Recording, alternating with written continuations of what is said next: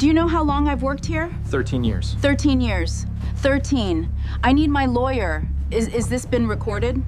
What you're watching is the arrest of a woman who spent over a decade building the kind of reputation most employees never reach. Commendations, promotions, the trust of her pharmacist, her coworkers, and hundreds of patients who handed her their most sensitive personal information without a second thought. Their names, their home addresses, their dates of birth, their insurance IDs, their full medication histories. And for at least 4 of those 13 years, she was selling it, all of it. Rewind. This case would eventually become one of the largest pharmacy-based identity theft operations ever prosecuted in state history. Thousands of customer records, hundreds of thousands of dollars. A network of buyers, brokers, and burner phones running quietly inside one of the most trusted institutions in American daily life. And it wasn't caught by the pharmacy. It wasn't caught by an internal audit or a tip from a coworker. It was caught because a bank fraud analyst in a different city noticed something strange about a stack of loan applications and pulled a thread that led straight back to this counter.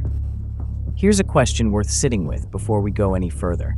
Have you ever handed your insurance card to a pharmacy tech, watched them type everything in, and just assumed it was safe?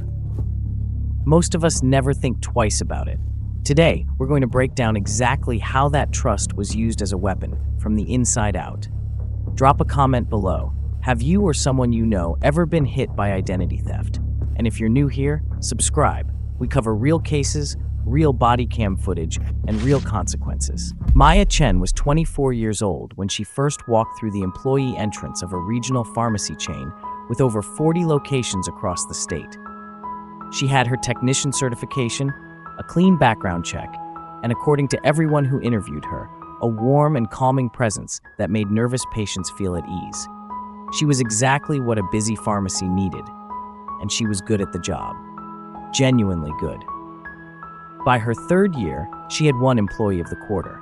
Not because she campaigned for it, because her numbers were clean, her error rate was near 0, and customers kept asking for her specifically when they called ahead. Management noticed. Her pharmacist noticed. The regional supervisor who stopped by twice a year noticed.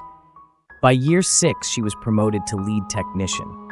That promotion came with a raise, a new set of responsibilities, and something far more valuable than either of those things: administrative system access.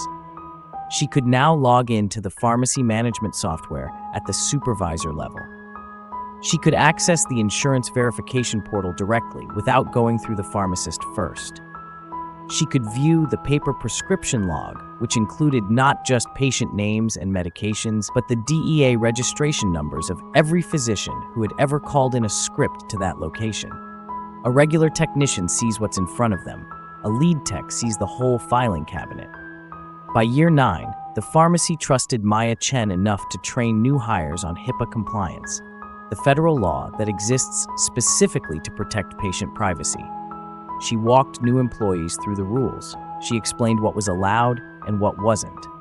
She signed off on their training records. Her annual performance review from that year includes a line from her supervising pharmacist that reads, "Maya is the person patients ask for by name." And that was true. The elderly man who came in every 2 weeks for his blood pressure medication always waited for her window, even if other windows were open. The young mother, who was too embarrassed to ask the pharmacist about her prescription, felt comfortable asking Maya. Co-workers brought her their lunch leftovers. They invited her to birthday dinners. One colleague later told investigators that Maya was, without question, the most trusted person in that building, more trusted, in some ways, than the pharmacist himself. She knew the systems. She knew the patients. She knew the gaps in the schedule, the hours when the store was busiest, and the moments when nobody was paying close attention to what anyone else was doing. The pharmacist who had worked alongside her for 7 years described her in a statement that would later appear in court documents as the backbone of this store. He meant it as a compliment. Nobody suspected Maya. That was the point. To understand how this happened, you have to understand how pharmacy data is supposed to be protected, because the rules that exist on paper are actually pretty strong. Under federal law, every pharmacy in the United States is required to follow HIPAA, the Health Insurance Portability and Accountability Act. One of its core rules is called the minimum necessary standard. It means that employees should only be able to access patient information that they actually need to do their specific job. A technician processing a refill doesn't need to pull up a patient's full insurance history. A front-end cashier doesn't need access to prescription records at all. The idea is simple. Limit who can see what, and you limit how much damage any one person can do. On top of that, pharmacy software systems are required to keep audit logs, automatic records of who accessed what and when. Every time an employee pulls up a patient file, the system is supposed to log it. Name of the employee, time of access, which record was opened. The paper trail is built in, and then there's the internal layer. The pharmacy chain where Maya worked had its own compliance policy on top of the federal requirements. Every employee, every year, was required to complete a HIPAA certification, a formal sign-off confirming they understood the rules and agreed to follow them. Maya had completed it every single year without exception. On paper, this location was protected by 3 separate layers of oversight: federal law, system logging, internal certification. Now here's what was actually happening. The audit logs were real. The system did record every access, but nobody was watching them. According to records later obtained by investigators, the pharmacy chain's policy was to review audit logs only when a formal complaint had already been filed. There was no routine monitoring, no weekly review, no automated alert if one employee was pulling up an unusually high number of patient records in a single shift. The logs existed. They were just sitting there, untouched, like a security camera with nobody watching the feed. The annual HIPAA certification was a checkbox. Employees completed a short online module, clicked through a few screens, and self-reported their completion. Nobody verified whether they had actually read anything. Nobody tested whether they understood it. Maya had trained new hires on HIPAA compliance using a process that was, at its foundation, unverified and unmonitored. The pharmacist's workstation, the one with the highest level of system access, was shared by 3 technicians, including Maya. All 3 of them logged in using the same single credential. An internal IT ticket flagged this as a security risk 2 years before Maya's arrest. The ticket was marked as received. The problem was never fixed, and the back office camera, the one positioned to cover the workstation area where sensitive records were most often accessed, had been offline for 14 months. It was waiting on a budget approval from the facilities department.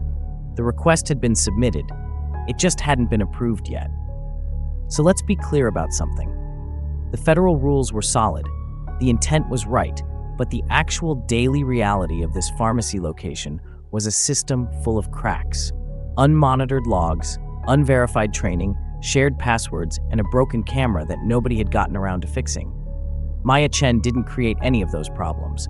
They were already there when she arrived for her first shift 13 years ago. The system wasn't broken by Maya Chen. It was already broken. She just found it first. The first documented sale happened in March. Investigators were able to pinpoint it later through a combination of system audit logs, encrypted message records, and financial data. One customer record, a name, a date of birth, a home address, and an insurance ID number, sold through an encrypted messaging app for $40. $40. That's what the personal information of a real person, someone who had walked into that pharmacy, handed over their insurance card, and trusted the process, was worth at the starting price. Less than a tank of gas. The buyer was a man later identified as Darius Wade. Wade wasn't a street-level criminal. He was an organizer, what investigators would later describe as a mid-level identity broker. He operated out of a rented storage unit equipped with 12 prepaid laptops, multiple prepaid phones, and a system for receiving stolen data, repackaging it, and selling it in bulk to buyers further up the chain. Wade never used the records himself. He was a middleman. His job was to collect, sort, and move the data upstream in batches, keeping himself insulated from the fraud that happened at the other end. So how did a pharmacy technician with a clean record and an employee of the quarter plaque on the break room wall end up in business with a man like Darius Wade? Investigators believe it started at a tax preparation pop-up, the kind of seasonal setup you find in strip malls and community centers in the weeks before the filing deadline. Maya attended as a customer. Wade was there through a third-party connection that has never been fully detailed in public court records. But the two ended up in conversation, and at some point, whether that day or in the days that followed, the nature of Maya's job came up. Wade understood immediately what her access meant, and Maya, investigators believe, understood immediately what Wade was offering. The first sale was a test, a single record, $40, sent and received without incident. Then another, then a few more. By the end of the third month, the price per record had climbed to $75. Maya had proven she could deliver clean, usable data consistently, and Wade had proven he could move it without drawing attention back to the source. By month 6, Maya was pulling between 15 and 20 records per shift. But here's what made this operation genuinely difficult to detect, and what tells you this wasn't impulsive or careless. Maya was disciplined in a way that suggested she had thought carefully about how pharmacy audit systems worked, possibly because she had spent years training other people on those same systems. She never pulled records in sequence. Accessing patient files in alphabetical order or by file number would create an obvious pattern in the audit log. Instead, she spread her pulls across unrelated patients, different ages, different medications, different physicians, with no visible thread connecting them. She timed her pulls during the busiest hours of the day. When the store was at full volume and every staff member was focused on the line of customers at the counter, nobody was watching what anyone else was doing on the workstation. And she only pulled records for patients who had already left the building. If a customer was still in the store when their file was accessed, there was a small but real chance they might notice something: an extra screen, a longer wait, a question that didn't quite fit. She eliminated that risk entirely. This was not a crime of opportunity. From the very beginning, it was a system. By the end of year 1, Maya Chen had sold approximately 600 customer records. That number came from cross-referencing the pharmacy's audit logs with the encrypted message history recovered from her burner phone and the financial records subpoenaed from 3 separate accounts. 600 people, 600 names, addresses, dates of birth, and insurance IDs quietly lifted from the system of a pharmacy that trusted her completely. Total estimated proceeds for that first year, $32,000. She didn't stop. By the end of year 2, the number had more than doubled, roughly 1,400 records sold, estimated proceeds of $78,000. Wade had expanded his upstream network, which meant he could absorb more data more frequently. Maya was supplying it. The operation had found its rhythm, steady, disciplined, and completely invisible to everyone around her. Then came the move that turned a 2-person arrangement into something significantly harder to contain. Partway through year 3, Maya recruited a second pharmacy technician. Her name was Priya Okonkwo, and she worked the morning shift, the hours Maya didn't cover. This was not a coincidence. Maya wasn't looking for company. She was looking for coverage. With Priya pulling records during the morning rush and Maya working the afternoon and evening windows, the operation now had access to nearly every patient who walked through that pharmacy on any given day. By the end of year 3, the total number of compromised records had climbed past 2,900. The cumulative proceeds across the full operation are estimated at over $140,000. Now here's the part that investigators found particularly telling. Not what Maya spent the money on, but what she didn't spend it on. There was no new car, no vacation, no jewelry, no designer bags, no sudden visible upgrade to her lifestyle. Her apartment was the same apartment. Her clothes were the same clothes. She showed up to work in the same white coat, with the same calm and professional manner, and nobody noticed anything different about her at all. What she did do was pay off a student loan, in cash installments, spread out over time. She made sure no single deposit into any of her accounts exceeded $9,000, staying just below the federal threshold that triggers automatic bank reporting. She converted significant amounts into gift cards, which are difficult to trace and easy to move. She understood structuring. She had thought about this. This wasn't someone who stumbled into a crime and got lucky for a few years. This was someone who had educated herself on exactly how financial monitoring worked, possibly the same careful, methodical approach she brought to everything else in her professional life, and applied it to making sure the money disappeared cleanly. The pharmacy chain saw an employee who had worked there for over a decade without a single serious disciplinary note. Patients saw the technician who remembered their names and always double-checked their dosage questions. Coworkers saw someone who brought snacks on Fridays and stayed late when the store was short-staffed. Nobody saw the spreadsheet. Nobody saw the burner phone. Nobody saw the gift cards stacked in the back of her closet. If you're still watching at this point, you already know this channel doesn't cut corners. We follow these cases all the way through: the investigation, the arrest, the evidence, the courtroom. Hit subscribe so you don't miss the arrest footage breakdown coming in the second half of this video. It gets a lot more specific from here. The investigation that brought Maya Chen down didn't start with a tip. It didn't start with a complaint from a patient or a concern raised by a coworker or anything that happened inside that pharmacy at all. It started with a stack of loan applications. An analyst at a regional bank fraud unit was reviewing a cluster of suspicious credit applications, 14 of them, submitted across 6 different states over a period of several months. On the surface, they looked like separate cases. Different names, different addresses, different contact information. But the analyst noticed something that connected them beneath the surface. Each application was built around a real social security number, a legitimate number belonging to a real person, but with small, deliberate changes layered on top.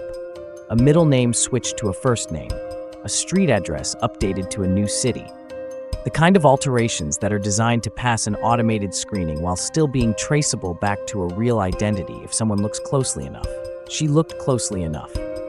When she mapped the original identities, the real people whose social security numbers had been used, she found something that stopped her cold.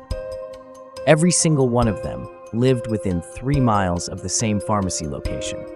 14 victims, 6 states, 1 pharmacy. She flagged it immediately and sent a formal referral to the State Attorney General's Medicaid Fraud Unit. Within 11 days, investigators had subpoenaed the pharmacy's complete audit logs. And once they had those logs and knew what pattern to look for, the access trail came into focus quickly. 1 location, consistent timing, records being pulled on patients who had recently visited in person, always during busy periods, always scattered across unrelated files. The pattern was there. It had always been there. Nobody had been looking. But knowing there was a pattern wasn't the same as having proof. Investigators needed to catch the source in the act, and they needed to do it in a way that would hold up in court. So they built a trap. Working with a cooperating pharmacist at the location, someone who had been quietly brought into the investigation, they created 6 fictional patient profiles. Each one had a monitored social security number and a flagged insurance ID, set up so that any attempt to use that information would trigger an immediate alert to investigators. The fake records were entered into the live pharmacy system and left there, sitting among thousands of real patient files, waiting. Investigators waited 8 days. In those 8 days, 3 of the 6 bait records were accessed, not browsed by accident, pulled up deliberately, the same way real patient records had been pulled up hundreds of times before. All 3 pulls traced back to the same login credential. 2 of the 3 occurred during shifts when the system logs showed only 1 person was actively logged in. That person was Maya Chen. The trap had worked, and it had worked faster than investigators expected. They now had something the audit logs alone couldn't give them: documented proof of an employee accessing records with no legitimate work reason. Records that had been placed there specifically to catch exactly this kind of behavior. After nearly 4 years of undetected operation, the case against Maya Chen had just gone from a pattern on a spreadsheet to evidence that could be presented to a grand jury. The next step was the arrest. And as you already saw at the start of this video, she did not see it coming as quietly as she might have hoped. It was a Tuesday morning, 20 minutes into her shift. The store was doing what it always did at that hour.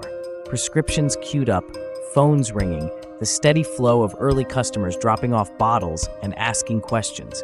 Maya was behind the counter, moving through the morning routine she had performed thousands of times before, when she looked up and saw them. Two men, plain clothes, walking toward the counter with the kind of calm, deliberate pace that doesn't belong to anyone picking up a prescription. She recognized what it was before they reached her. You can see it in the body cam footage, the slight pause, the shift in her posture, the moment where her expression moves through something and lands on a decision. She chose composure. Her first words, recorded clearly on the detective's body cam, were, "Whatever this is, you have the wrong person." Not a question, a statement, delivered in the same steady, professional tone she used with patients asking about their medication interactions. The detectives didn't respond to it. They identified themselves, stated her name, and told her she was being detained. She asked for a supervisor, then a lawyer, then, twice, whether the interaction was being recorded. It was. She was walked out through the same employee entrance she had used for 13 years. Her locker was searched. Her vehicle, parked in the employee lot, was searched under a warrant that had been prepared and approved the day before. What investigators found told the full story in physical form. In her locker, a burner phone with the Signal app installed. The message history between that phone and Darius Wade's number contained over 3,200 messages spanning more than 2 years. Also in the locker, a small notepad. On its pages, written in neat columns, were tally marks next to dollar figures organized by date. It was, in effect, a handwritten ledger of transactions, the kind of record you keep when you want to make sure you're being paid correctly. In her vehicle, a thumb drive.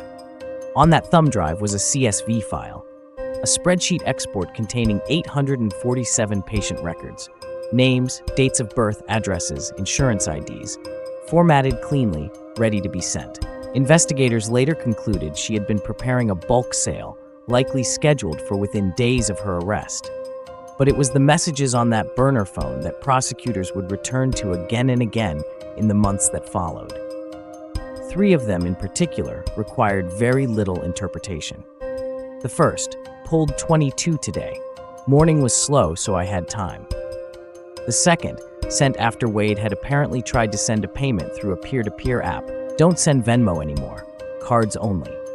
And the third, the one that appeared in nearly every piece of media coverage of the case, sent on an otherwise unremarkable afternoon several months before her arrest. She asked me why I pulled her file. I said system update. She believed it.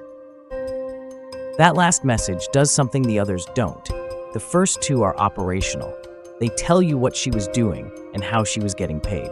But the third one tells you something about how she thought about the people whose information she was stealing. There was a real patient on the other side of that interaction, a real person who asked a reasonable question and was lied to, smoothly and without hesitation, by someone she had every reason to trust. She believed it, and Maya had known she would. When the formal charges were filed, the scale of what Maya Chen had done was laid out in black and white for the first time. Wire fraud, HIPAA criminal violation, conspiracy, and aggravated identity theft. That last charge filed not once, but across more than 2,900 counts, one for each person whose information had been taken and sold without their knowledge. It was the kind of charge sheet that fills a room with silence when it's read aloud. Maya's defense team moved quickly. They filed a motion to suppress the bait records, arguing that introducing fictional patient files into a live pharmacy system was an improper investigative method that violated their clients' rights. The court denied it, ruling that the use of monitored decoy records was a lawful and established investigative tool, no different in principle from a controlled purchase in a drug case. They then moved to have the text messages excluded as hearsay. That motion was denied as well. The messages, the court ruled, were direct statements made by the defendant and were admissible in full. Faced with the audit logs, the bait record pulls, the burner phone, the notepad, the thumb drive, and 3,200 messages to Darius Wade, Maya pleaded guilty, 1 count of conspiracy, 12 representative counts of aggravated identity theft, one for each of 12 named victims selected to stand in for the full scope of the case. Wade pleaded separately. Because he had operated the broker network that distributed the stolen data to buyers across multiple states, his sentence was heavier. Priya Okonkwo, the morning shift technician Maya had recruited in year 3, cooperated with investigators. Her sentence was reduced as a result. But before any of the sentences were handed down, the court heard from the people who had actually been harmed. Carol Henderson was 71 years old when her identity was used to open a home equity line of credit worth $22,000 against a house she had owned outright for decades. By the time she realized what had happened and began the process of disputing it, 19 months had passed. She spent $4,000 in legal fees. Her credit score dropped by 180 points, enough to affect her insurance rates, her banking terms, and her ability to refinance. James Okafor was 34. A fraudulent tax return was filed in his name before he had a chance to file his own.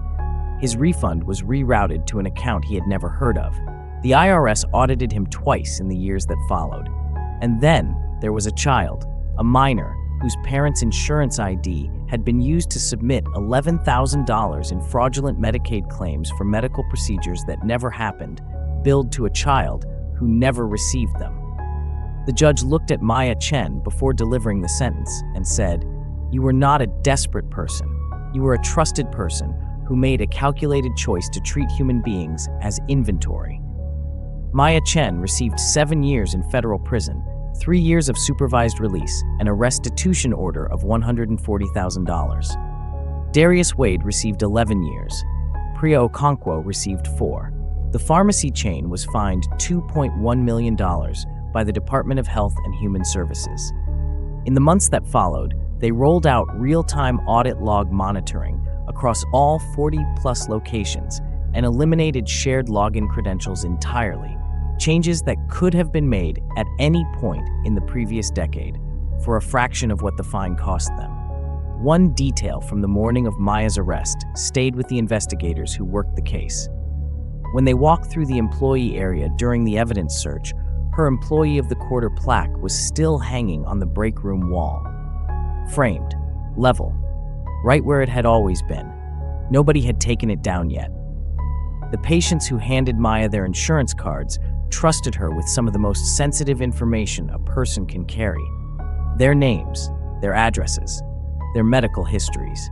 Some of them are still dealing with what she did, still disputing accounts, still explaining to banks and agencies and credit bureaus what happened and why it wasn't their fault. If this case made you think twice about where your data goes and who has access to it, share it with someone who needs to hear it. New case drops this week. I'll see you there.